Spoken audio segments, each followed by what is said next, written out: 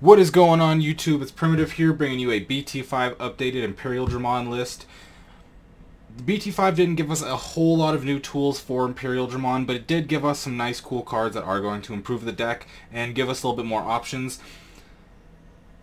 This will be a little bit shorter of a video because, like I said, there aren't too many different options, so I will speed through this a little bit just because a lot of cards, you already know why they're in here. They have been here for a bit, but with that being said, I just want to make this video so if you are wanting to play this type of deck in BT5, you can know you can have a list to start with, or if you're just looking at what cards you should pick up from BT5 to update your BT4 Imperialdramon list, you'll see those in here. So with that being said, let's go ahead and get on into it. So to start off, we're just playing 4 Demi Vmon. Normally I am not a fan of 4 egg decks, but we do just run the 4 in here because you don't really need any other eggs. You're going to be hiding in raising, building an Imperialdramon a lot of times, so you're going to have multiple turns, 1 to 2 turns where you're skipping with this in hatching, so you aren't going to go through all 5 of your eggs. So these 4 or 5 are fine. This way it's going to cycle. There is a lot of cycle in this deck just because of how the ratios that we have. We're going to be wanting to get up to our Imperialdramon, so we're going to be wanting to be cycling as much as possible.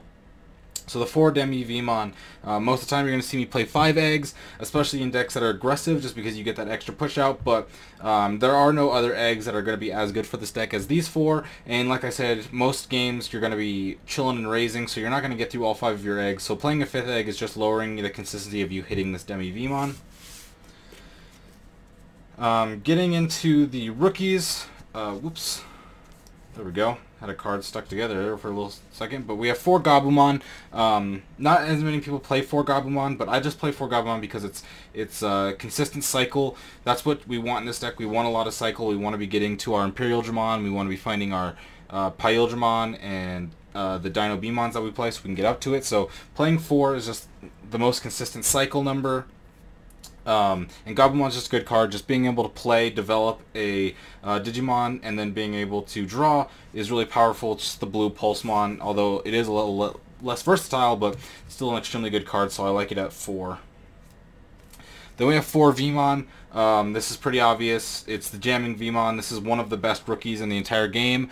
So this card's super insane. There's a fly flying under the camera, so I'm sorry if that picked that up. Either way, there's not much to say about this Vmon. You get jamming, you can swing, you can untap it with X Vmon, you're going to be able to draw with Demi Vmon, and this is just an extremely good card. I think you have to play 4.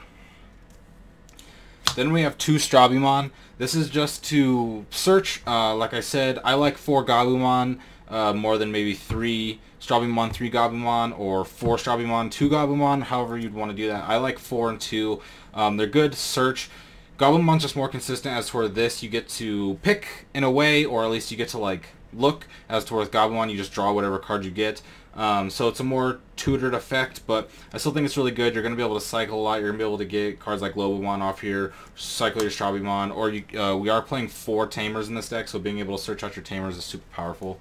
But that is going to go and top off our blue rookies. We are only playing 10, just because I don't feel that you need to play more, and with this specific list I feel like it's going to be hard to fit more. You could probably fit 1 more blue, but we'll talk about that here in a minute. So then we have 4 Araumon and 4 Lilemon. These are just our green Rookie Rush cards. This is pretty staple. You're going to see this in any Rookie Rush deck that runs green. You're going to see 4 of each of these. They're 2 to play, 5,000s, which makes them really good versus yellow. And just in general, they're very annoying to get rid of. It's going to take multiple effects, like if your opponent Spiral Masquerades, they're going to have to double target these to get rid of it, or like I said, they don't die to War Greymon, or 1 Shine Greymon effect, and so, or War Growlmon, I said War Greymon, War Growlmon or Shine Greymon, they're just really good, and they also are going to boost up our Davis, and let us to allow to play some of our option cards. Next we have 4 Lobomon. So this is where I was going to say you can cut a Lobomon, in my opinion, and play another blue rookie. So that way you can go up to the rookie count. I like the 4 Lobomon because, 1, we're playing 4 Tamers, so it's 1 Lobomon per Tamer, even though you shouldn't expect to Lobomon every Tamer that you have, but it will up the consistency. This isn't a bad card to just Digivolve to if you need to just Digivolve and cycle, but with the 4 Tamers, we're having more consistency with Lobomon. I feel like a lot of your wins are going to come with early aggression and end with Lobomon, so having the consistency to always have Lobomon in your hand when you need it is really good. I'm a big fan of 3 or 4. In this list, I'm just testing 4 because I have the 4 Tamers, and so that gives you a lot more consistency, but I have been considering cutting this Lobomon for another blue level 3, so I will just mention that in case you decide to make that change yourself. But not much to say about Lobomon, just because it's just that surprise factor that your opponent always has to play around. Then we have 4 Gorillamon. I'm not sure how popular Gorillamon is in these lists. I don't see as many lists with Gorillamon, but I like Gorillamon. It's just 1 to Digivolve. So 1, you can Digivolve this over something like Gabumon, and you'll have an actual offensive threat, opposed to just being a 1000 DP attacker. But the main thing is it's just 1 to Digivolve, so we're going to be able to get up to our Imperialdramon faster, which is going to get us to our Imperialdramon faster. So I just play 4 Gorillamon, mostly just because it's 1 to Digivolve cost, but like I said, it does upgrade your cards like Gabumon if you need to. Then we're going to play 2 XVmon. I like 2 XVmon just because although this has a really good effect, I feel like it can get redundant a little bit later in the game, just because there's going to hit a point where you're going to be switching from the Rookie Rush. In most games, you could Rookie Rush the game, but in most games you're going to be switching from a Rookie Rush style to a more mid-range Imperialdramon style. And once you hit that, XVmon's not going to be as important because you can't unsuspend your level 5s. And also it's starting to cost 2 memory to Digivolve. So although XVmon's very good, you could go up to 3. I am playing 2. If you are going to play 3, what I would cut is one of our Jessomon. I'm playing 2 Jessomon. This is our upgrade of Tobiumon. With Tobiumon, it is 1 to Digivolve. That's where this is 2 to Digivolve.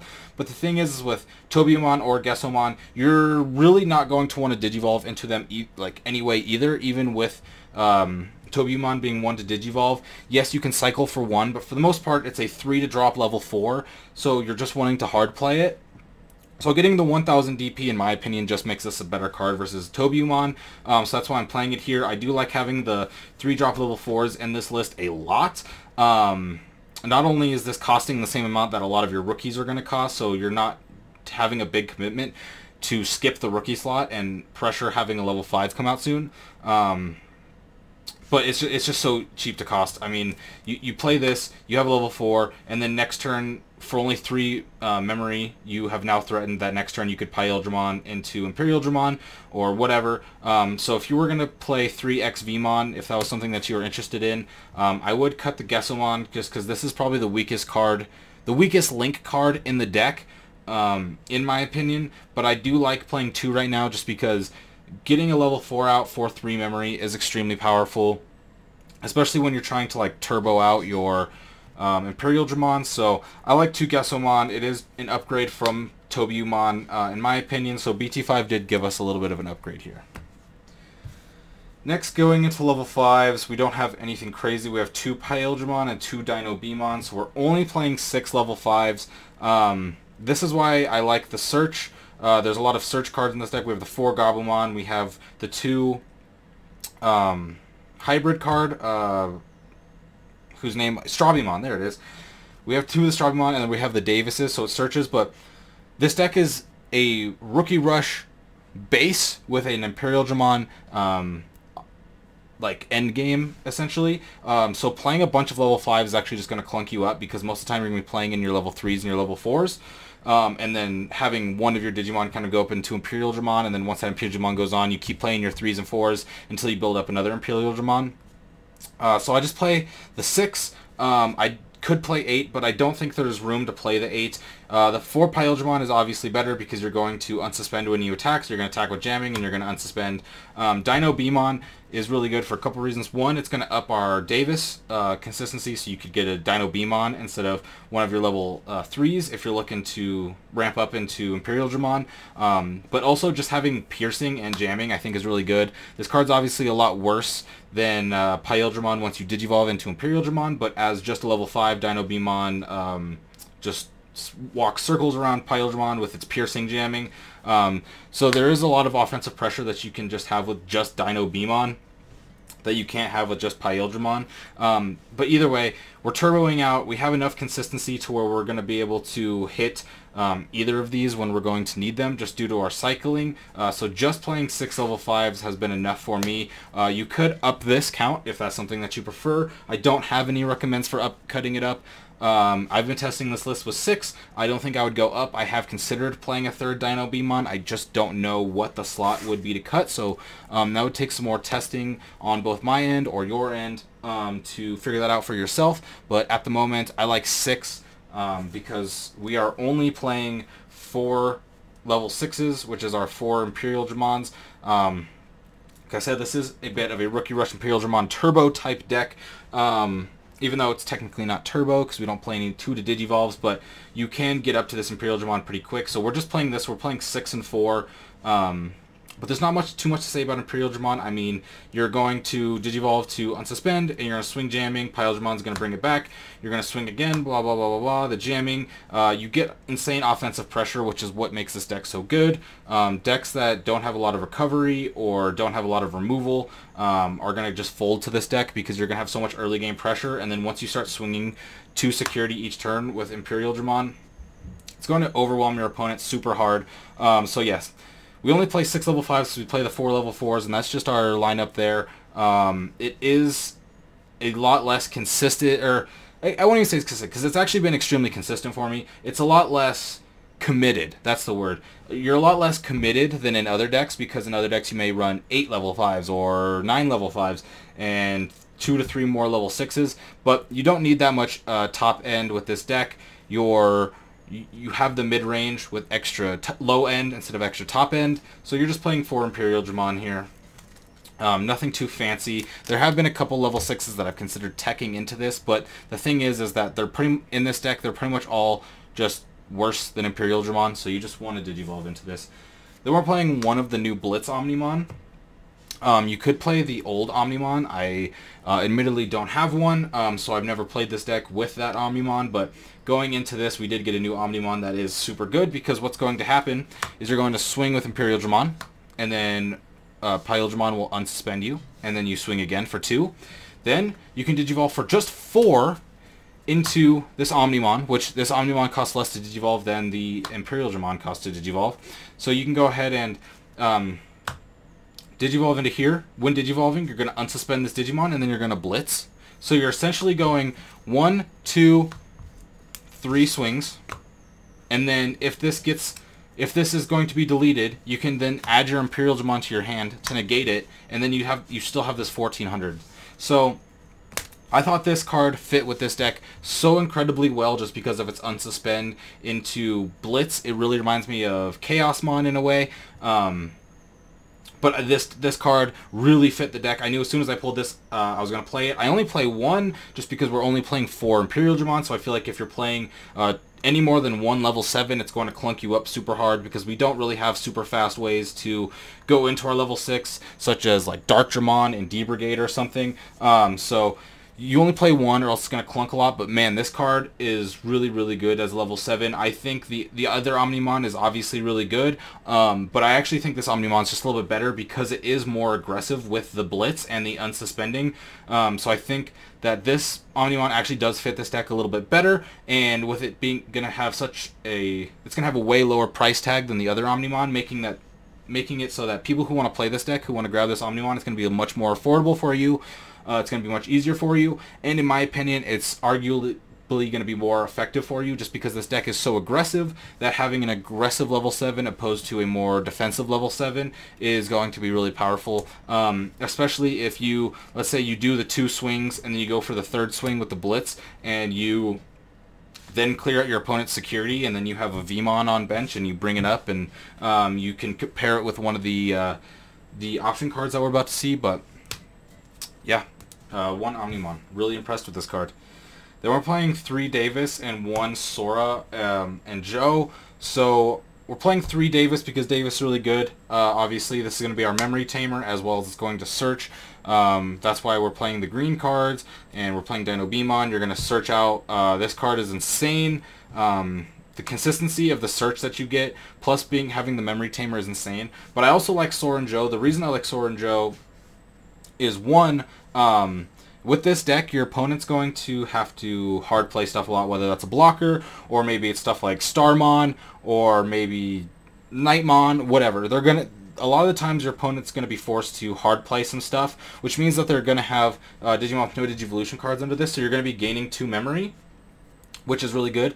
Well, it's obviously really broken because you're going to essentially be going to 5 no matter what with Davis. If you do have this happen, and it's supported with when you attack, you can trash the bottom 2, so even if you don't get it one turn, you can get another. But basically, what this card is going to be saying is that for a lot of turns, you're going to be gaining the extra 2 memory that you need to Lobomon onto this card, while also supporting you each turn prior to that by giving you 2 extra memory when applicable. This card may not be the most insane tamer, but I've been impressed with it so far just because there have been so many games where I gained 10, 12, 14 extra memory a game just because of this Sora and Joe. And so I really like it. And like I said, it is a Lobomon target. I always Lobomon on this before I Lobomon over this just because this has more consistent memory gain. But being able to, like I said, gain the 2 memory for Lobomon for free, and then while also being able to delete Digivolution sources, which can be a very big deal in many matchups. Sora and Joe just is really good, and I like it with the 3 Davis. So we have the 4 Tamers, which, like I explained earlier, is the reason why we're playing the 4 Lobomon right now. Then we're going to go ahead and Hammer Spark and Aqua Viper to top off the deck. So for Hammer Spark, I think is self-explanatory. You get to gain a memory, but most importantly in security, you gain 2 memory. So I can't tell you how many games my opponents have been like, why didn't you just swing for game when you had game on board? You swing for game. Well, I was only at 1 memory, so if I hit Hammer Spark, I lose. I'm fully aware of how much pressure this card just existing puts on my opponent. So playing any less than 4 in this list doesn't make any sense to me, especially since we have so much memory gain in this deck with the Tamers that getting the extra memories, like, you're just going to have a lot of extra memory to play with, and the Hammer Sparks just add to that while also having an insane security check that may not delete any opponent's Digimon or anything like that, but it threatens to end your opponent's turn, which is equally as powerful in my opinion. And then we play the 1 Aqua Viper. This is something that was really popular in BT4 in the Imperialdramon list in my locals, and it got so common that towards the end of BT4, people started to play 2 instead of 1. I am definitely not on the 2 train. I'm definitely on the 1 train, but Aqua Viper has been really good. You just return, maybe one of your 2 drops, and then you get to bounce 2 blockers. That's pretty much the premise of this, which is really good because if you bounce back, let's say, an Unimon and a Pidomon, although your opponent will be able to just Digivolve them back for 1 or whatever, it still really puts them far behind and forces them to use resources to get back on board, and basically for 3 memory. And if you have Davis out, you can play this and still go to 0, so you could basically be at 3 memory Aqua Viper, bounce 2 of your opponent's blockers, and then that gives you 2 extra swings into security with, let's say, Vmon or Imperialdramon or Imperialdramon, whatever it is that you have. So I like the 1 Aqua Viper. Maybe as I test this archetype out a bit more in BT5, I'll like it more. I liked the 1 Aqua Viper in BT4. I like the 1 Aqua Viper now in BT5, so we'll see if this metagame, how it progresses, if I like to have 2 Aqua Viper in this list over 1, but I like 1. And so that's going to go ahead and end this list. Like I said, there's not too many major differences in this list from previous Imperialdramon lists, but just because I know that some people may not know all of the cards in the new set, or they may just be Imperialdramon enthusiasts. They want to know what decks to build, how people are building this deck, and that's why I wanted to build this deck, or that's why I wanted to post this deck, because I've been testing this deck since pretty much day -2 of BT5, because I love Imperialdramon, and so I've gotten to refine the deck a little bit more over the past about week, and so now that I have this list now, I feel comfortable giving this to more people because I know that it is actually viable in game, and you can play this against your friends or in tournament and actually have a very high chance of winning while also having a good matchup spread versus the top tier decks. So that was our Imperialdramon list. I hope you enjoyed. And I hope that you enjoyed playing this. This is my boy. This is also my boy. So they've been working together really well. I really enjoy this deck. So That's all I really have to say about this list. I hope that this helps you get started with Imperialdramon and BT5, or maybe gives you some ideas on how to update your deck, or maybe while watching this you got some ideas that for this deck that I didn't even think of myself. And so if you have those, be sure to leave a comment below. I would love to do that. Like I said, I'm never going to say any of my deck lists are perfect or anything like that. I'm always looking to improve. This is just what has been working for me, and I want to supply it to you in hopes that you'll get some value and some great games with this deck as well. But with that being said, I will see you next time for another deck list video. Have a great day. Peace out.